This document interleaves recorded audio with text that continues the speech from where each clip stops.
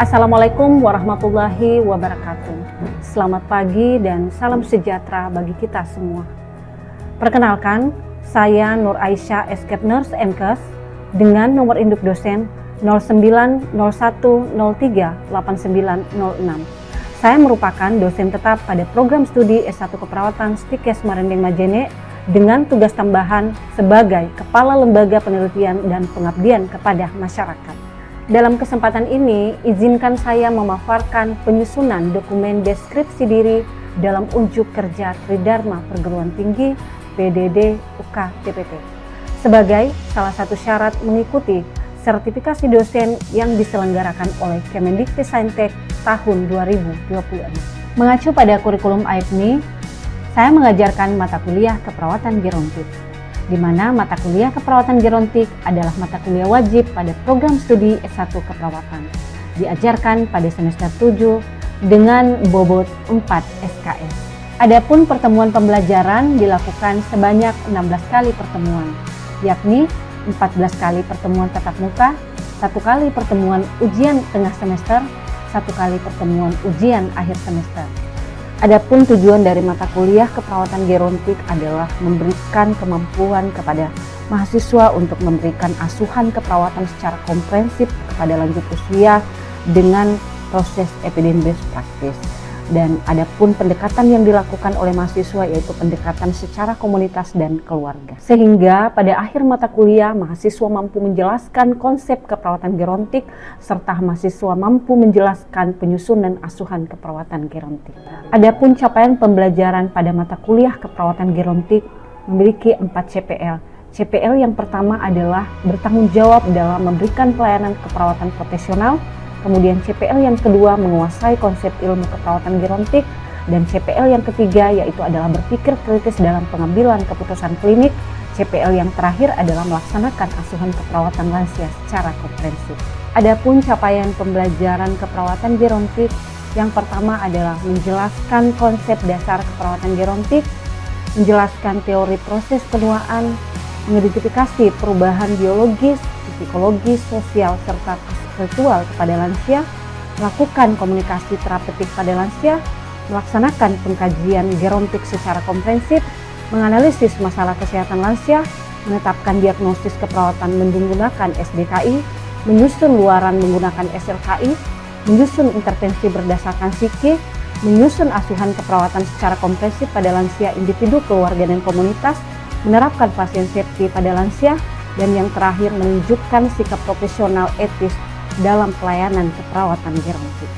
Sebelum memasuki pembahasan inti, terlebih dahulu saya perlu menjelaskan pendekatan pembelajaran yang dilakukan pada mata kuliah keperawatan gerontik melalui pendekatan delivery, interaction, dan assessment.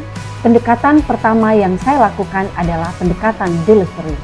Delivery adalah bentuk metode yang saya gunakan dalam menyampaikan atau memaparkan materi kepada mahasiswa. Dan adapun metode perkuliahan yang saya gunakan yaitu adalah ceramah interaktif, role play, focus group discussion dengan lebih menekankan pada sistem pembelajaran berbasis student centered learning.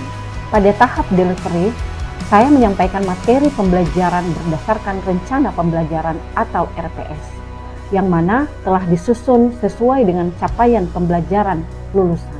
Pendekatan kedua yang saya lakukan yaitu adalah interaction, yang mana pembelajaran dilakukan secara aktif dan berpusat pada mahasiswa.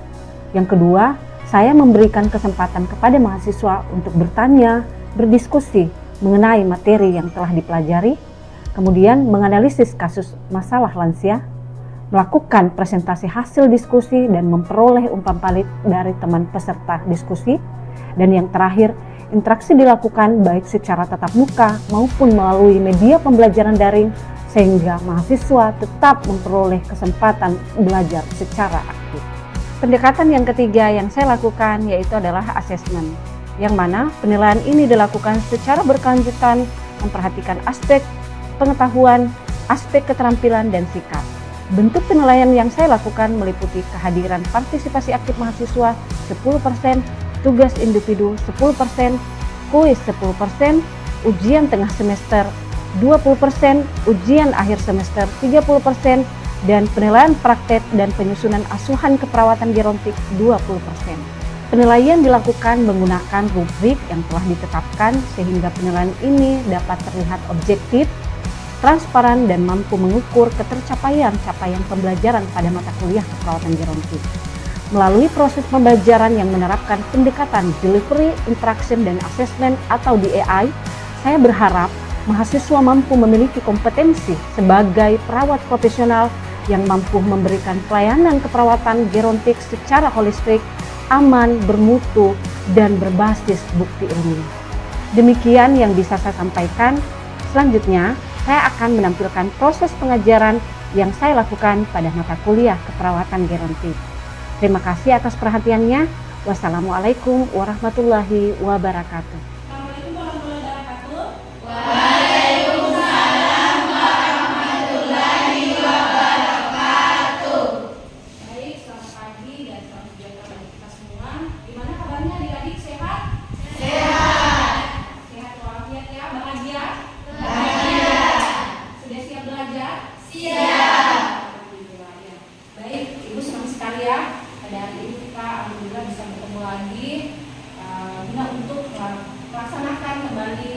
Proses pembelajaran dalam mata kuliah keperawatan gerontik. Nah, hari ini sebelum kita memulai aktivitas pembelajaran dan proses belajar kita, alhamdulillah kita awali dengan doa.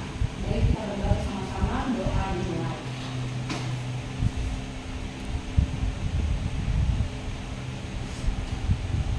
Doa kita cukupkan. Ya, alhamdulillah ya adik-adik, pada hari ini kita kembali lagi bertemu pada pertemuan ketiga untuk melanjutkan materi-materi kita terkait dengan keperawatan gerontik. Namun ada baiknya ibu ingin merefleksi sedikit ya, untuk kembali apa sih sebenarnya yang kita ketahui tentang materi-materi kita sebelumnya atau materi yang dilalui terkait proses penuaan ataupun teori-teori penuaan. Minggu lalu ibu membawakan materi terkait teori penuaan. Nah, sebelum kita lanjut ke materi selanjutnya, saya ingin ada satu orang ataupun dua orang yang mengungkapkan ataupun mendeskripsikan apa sih itu teori penuaan. Mungkin ada satu orang, silakan. Ya, silakan. Silakan berdiri, silakan nama dan sebutkan teori yang ada. Assalamualaikum warahmatullahi wabarakatuh. Waalaikumsalam warahmatullahi wabarakatuh. Perkenalkan, nama saya Emilham. Nah, di sini ada salah satu teori aktivitas menyatakan lansia merasa lebih bahagia dan siap jika tetap aktif menjalin hubungan sosial dengan sesama. Betul. Yang ini, assalamualaikum warahmatullahi wabarakatuh. Betul sekali ya teman-teman, bahwa salah satu teori dalam teori penuaan itu yaitu adalah teori atau aktivitas teori yang mengatakan bahwa ketika manusia itu selalu ingin menjalin ataupun membangun hubungan sosial di masyarakat ya. Nah, ibu satu lagi terkait dengan teori penuaan. Masih ada satu lagi? Ya, silakan berdiri, berikan nama dan berikan teori yang ada di slide ini. Baik, assalamualaikum warahmatullahi wabarakatuh. Waalaikumsalam warahmatullahi wabarakatuh. Perkenalkan, nama saya Sahadelia. Oke, langsung saja. Teori yang saya ketahui yaitu teori imun atau immunity teori, yang mana teori itu terkait sistem kekebalan tubuh yang melemah, yang keliru mengenali sistem tubuh sendiri sehingga memicu penyakit atau kerusakan jantung. Oke, bagus sekali. Baik ya. Teori tadi yang kedua yang dijelaskan oleh temannya adalah teori imun atau immunity teori yang mengatakan bahwa seseorang ketika tubuhnya tidak mampu lagi mengenali dirinya, maka penyakit itu akan mudah masuk. Nah, ini sebenarnya secara alami terjadi pada lansia atau terjadi pada usia, karena menurunnya sistem imun itu akan penyakit akan mudah masuk. Oke, baik, alhamdulillah. Selanjutnya kita akan masuk pada materi kita selanjutnya, yaitu tentang perubahan-perubahan fisik pada lansia atau perubahan pada lansia. Silakan adik-adik memperhatikan materinya. Nah, sebelum kita belajar tentang perubahan-perubahan pada lansia, adik-adik perlu kita ketahui bersama, saya ingin mengingatkan kembali bahwa lansia itu terbagi atas beberapa klasifikasi ataupun beberapa kategori.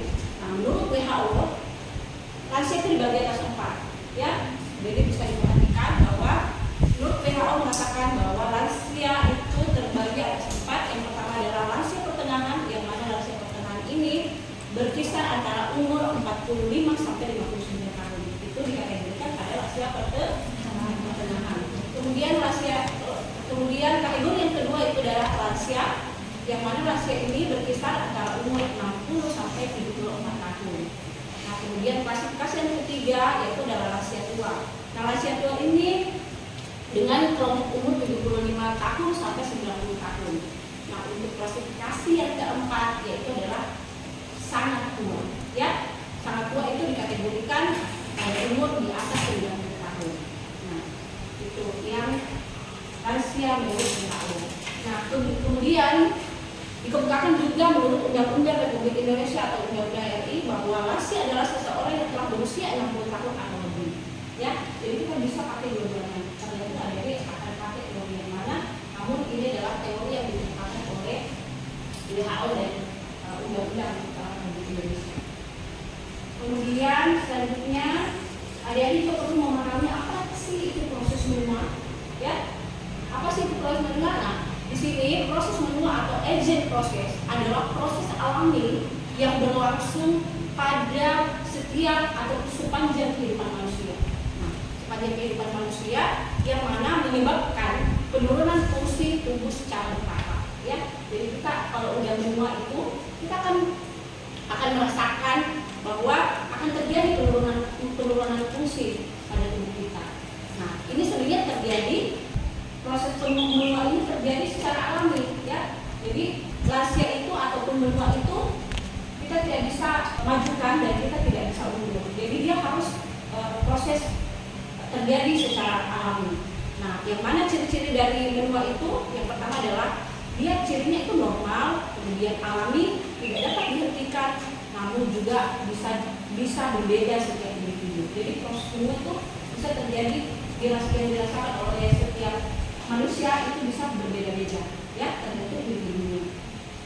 Kemudian yang ketiga, nah ini di sini yang harus kita pelajari juga yaitu terkait dengan faktor yang mempengaruhi penuaan. Nah, ini juga sangat penting untuk kita ketahui bersama. Nah, faktor yang mempengaruhi penuaan itu yang pertama adalah faktor eksternal, ya, faktor internal. Nah, faktor internal ini terbagi atas 4, yaitu adalah genetik, hormon, sistem imun, dan metabolisme. Nah, kemudian faktor eksternal sendiri yaitu terkait dengan pola makan, aktivitas fisik, merokok, alkohol, lingkungan, dan penyakit kronis. Nah, ini yang kita tentu harus pahami bersama, yaitu adalah perubahan fisik pada lansia. Nah, di sini perubahan yang terjadi hampir seluruh sistem tubuh. Jadi proses menua itu hampir seluruh sistem tubuh mengalami ataupun dialami oleh setiap lansia, ya. Namun yang paling sering mengalami perubahan itu ada beberapa sistem. Yang pertama adalah sistem integumen ataupun kulit, ya. Yang kedua adalah sistem muskuloskeletal. Yang ketiga adalah sistem saraf. Kemudian yang keempat adalah sistem kardiovaskular. Kemudian yang kelima sistem respirasi. Nah, yang keenam sistem pencernaan. Yang ketujuh sistem urinaria. Yang ke-8 itu sistem reproduksi, dan yang terakhir adalah sistem sensorik. Selanjutnya, nah tadi kita menjelaskan bahwa itu tadi menjelaskan sistem yang pertama sistem apa? Sistem integumen ataupun sistem pada bagian kulit. Nah, apa sih yang terjadi pada kulit, Bu, ketika mengalami perubahan? Nah, yang pertama adalah berkurangnya kolagen. Ini penyebabnya karena berkurangnya kolagen, menurunnya elastisitas. Nah, akibatnya kalau dua kondisi ini terjadi, berkurangnya kolagen, menurunnya elastisitas. Nah, akibatnya akan mengalami dampak kulit akan keriput, kulit kering, kemudian rambut memutih, kemudian luka lebih lama sembuh ya. Nah kemudian perubahan sistem yang kedua itu adalah sistem muskuloskeletal, yang mana terjadi karena massa otot yang menurun, kemudian kekuatan otot yang berkurang, tulang lebih rapuh, sendi yang kaku. Nah kira-kira bagaimana akibatnya kepada tubuh manusia, yaitu ada mudah jatuh, masih akan mudah jatuh, kemudian masih akan merasakan nyeri sendi, kemudian masih akan merasakan sulit berjalan. Nah selanjutnya sistem yang ketiga yang mengalami perubahan yaitu adalah sistem kardiovaskular, yang mana perubahan elastisitas pembuluh darah yang menurun, curah jantung yang menurun. Nah apa dampaknya ketika dua kondisi ini terjadi, yaitu adalah tekanan darah yang meningkat ya, atau biasa yang kita sebutkan hipertensi. Apa dampaknya kalau terjadi hipertensi pada lansia? Nah dampak itu pasien akan mudah lelah ya, pasien akan mudah lelah dan pasien akan mudah terserang penyakit jantung. Nah yang sistem yang ketiga yaitu perubahan sistem pernapasan. Nah terjadi karena elastisitas paru yang berkurang, otot pernapasan melemah. Ketika dua proses ini terjadi kepada tubuh manusia, apa akibatnya? Napas pasien kita akan pendek, napas lansia akan pendek, juga cepat lelah dan risiko infeksi paru yang meningkat. Oke baik adik-adik, sebelum ibu lanjut ke slide selanjutnya, ada baiknya kita melakukan refleksi sejenak ya. Jadi saya minta apakah ada pertanyaan dari slide pertama dan sampai slide ketiga? Saya baik, silakan berdiri dan sebutkan nama. Baik, terima kasih atas kesempatannya. Perkenalkan, nama saya Fahira dengan NIM A1251723. Bagaimana kita bisa mengetahui masa otot menurun? Terima kasih. Baik, bagus sekali pertanyaannya. Kita lakukan pertanyaannya. Baik, tadi temannya bertanya terkait dengan sistem muskuloskeletal. Nah, bagaimana kita mengetahui bahwa pasien kita mengalami penurunan kekuatan otot? Baik, silakan diperhatikan adik-adik. Ini adalah contoh bagaimana kita mengkaji kekuatan otot dari pasien kita. Ibu, tolong digerakkan tangannya. Nah, ketika diinstruksikan kepada pasien tidak menggerakkan tangan apapun, tidak ada gerakan ataupun tonus otot, itu nilainya nol ya. Kemudian ibu silakan digerakkan tangannya, Bu. Ya. Kalau pasien hanya menggerakkan jari-jarinya namun tidak mampu menahan melawan gravitasi, nanti nilainya 1. Ibu, tolong dirasakan tangannya. Nah, ini ada pergerakan ya sedikit, namun tidak mampu dapat melawan gravitasi. Berarti nilainya 2. Ya, nilainya 2. Kemudian jika ibu tolong diangkat tangannya. Ya. Jika kita naikkan tangannya, ya, kita dapat pasien dapat mengangkat tangannya, tapi tidak dapat menahan tangan, berarti nilainya 3. Dia boleh angkat, tapi tidak lama langsung jatuh. Itu namanya nilai kekuatan otot 3. Ya. Kemudian ibu tolong diangkat tangannya. Nah, dia mampu mengangkat tangannya dan diberikan beban, ya. Berikan beban, namun tidak lama kemudian tangan pasien terjatuh. Berarti pasien mampu mengangkat tangan dan mampu menahan beban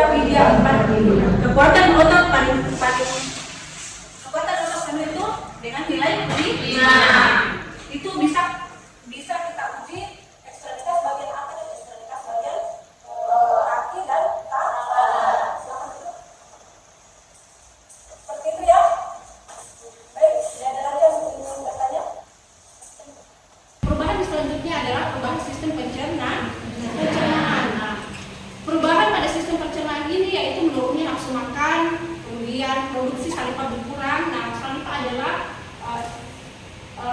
bagian yang kelenjar saliva itu adalah untuk pasien mampu merasakan apa yang dia makan. Itu namanya itu fungsi dari kelenjar saliva. Nah, ketika terjadi perubahan sistem pencernaan maka fungsi ini akan menurun. Ya. Kemudian yang ketiga itu adalah konstipasi.